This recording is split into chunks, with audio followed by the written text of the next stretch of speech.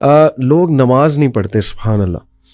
یعنی دے نو, دے سے, دے claim to know کہ یس وی لو اللہ, ہمیں پتہ ہے اللہ کون ہے, لیکن ہاؤ کم, مجھے نہیں سمجھ آتی. اگر میں اپنے آپ کو دیکھوں, ٹو بی آنیسٹ, میں جب نماز نہیں پڑھتا تھا میرے کانسیپٹس نہیں ٹھیک تھے. مجھے ایسا لگتا تھا کہ نماز شاید جو ایک دو ہی پڑھ لو بس کافی ہے, اللہ کا لو اتنا زیادہ ہے, انفائنائٹ ہے, اللہ معاف کر دے گا. مطلب میں اپنی بات کر رہا ہوں, بٹ اللہ نے ایک ریزن بتائی ہے, میں آپ کے سامنے وہ ریزن رکھتا ہوں. سورہ قیامہ کی آیت نمبر 31 ہے, فلا صدق ولا صلی ولکن کذب وتولی.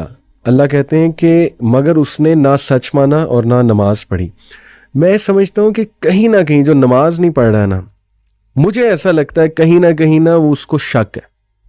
ایگزیکٹلی. کہ پتہ نہیں اسلام ٹھیک ہے کہ نہیں ہے, یا اس کا فائدہ کیا ہے نماز کا. یہ بھی تو ایک شک ہو سکتا ہے نا, کیوں پڑھوں, اتنا ٹائم میں کیوں نکالوں, حالانکہ کیا ٹائم ہے, 15 منٹ پر نماز, 75 منٹ آؤٹ آف 40 منٹ, کیوں نہیں پڑھتے نماز. مجھے نہیں سمجھ آتی, مجھے بڑا دکھ ہوتا ہے. آپ بتائیں, آپ کیسے دیکھتے ہیں اس کو؟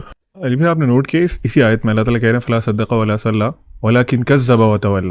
اللہ تعالیٰ اتنا ہی فرما دیتے نا کہ وہ سچا نہیں ہے, سچ نہیں بولتا اور نماز نہیں پڑھتا, تو میننگ وڈ بی سفیشینٹ. اللہ نے آگے کیا فرمایا, ولکن کذب وتولی, کہ وہ جھٹلاتا بھی ہے اور منہ پھیر کے چلا جاتا ہے. واٹ ڈز اٹ مین کہ آپ کو مسجد سے نماز کی اذان آ رہی ہے نا, اذان کی آواز آ رہی ہے اور آپ منہ پھیر کے چل دیے ہیں. آپ نے جو بات کی نا کہ ہاں ایسا کیوں کرتے ہیں, اس میں نمبر 1 ریزن ہی ہے کہ اللہ تعالیٰ کا پتہ ہی نہیں ہے. میں فار ایگزامپل ایک کمپنی میں جاب کرتا ہوں, مجھے اپنے CEO کا پتہ ہے, اس کی اتھارٹیز پتہ ہے, وہ کیا کر سکتا ہے, وہ کیا کچھ نہیں کر سکتا. میں کبھی, اور وہ مجھے کہتا ہے کہ I have a meeting with you at this time, اور یہ اس ٹائم پہ, وہ چاہے ٹائم آف ٹائم ہو, whatever the thing is, میں وہاں لازمی پہنچوں گا. کیوں؟ I know his authority, I know about himself, I know about him, اور مجھے آئیڈیا ہے کہ میں اگر نہیں جاؤں گا تو مجھے he will just kick me out of job. اللہ سبحانہ و تعالیٰ کے بارے میں پتہ ہی نہیں ہے. کیوں پتہ نہیں ہے؟ آپ نے جو ابھی بات کی تھی نا کہ ہم قرآن نہیں پڑھتے, پروفٹ صلی اللہ علیہ وسلم کی ایک بہت خوبصورت حدیث ہے, اس کے ایک پارٹ ہے, اس کا مفہوم یہ ہے کہ اللہ تعالیٰ جو قرآن ہے نا وہ اللہ تعالیٰ کی ایک رسی ہے, جو رسی ایک طرف سے اللہ کے ہاتھ میں ہے جیسے اس کی شان کو لائق ہے, اور دوسری طرف سے وہ ہمارے پاس موجود ہے. اللہ کے نبی صلی اللہ علیہ وسلم نے انسٹرکشن دی کہ ہولڈ آن ٹو اٹ, اگر تم اس کو مضبوطی سے پکڑ کے رکھو گے نا تو تم کبھی گمراہ نہیں ہوگے. ابھی آپ دیکھ لیں کہ ہم لوگوں نے وہ رسی چھوڑی ہوئی ہے. اللہ تعالیٰ از دیئر, اللہ ہم کون موو کیا, ہم موو کیا نا اللہ سے دور. تو لیک آف نالج اباؤٹ اللہ سبحانہ و تعالیٰ, اپنے آپ کو قرآن سے ڈسٹینس کر لینا, کیونکہ قرآن انٹروڈیوسز یو ٹو اللہ سبحانہ و تعالیٰ. اگر آپ وہ نہیں کر رہے تو ڈیفینیٹلی آپ کو ڈاؤٹ ہے, آپ کو پتہ ہی نہیں ہے کہ آپ نے کس کی بات نہیں مان رہے, کس کی پکار پہ نماز نہیں پڑھ رہے. اینڈ نماز fixes a lot of your problems اگر اس کو صحیح طرح سے پڑھا جائے.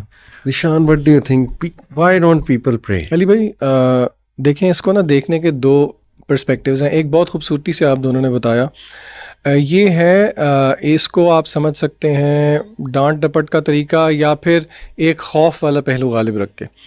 دوسرا پہلو آپ اس کو میں کوشش کروں گا سمجھانے سے اللہ تعالیٰ کے ایک نام سے, الوہاب سے. میں آپ کو مثال دیتا ہوں.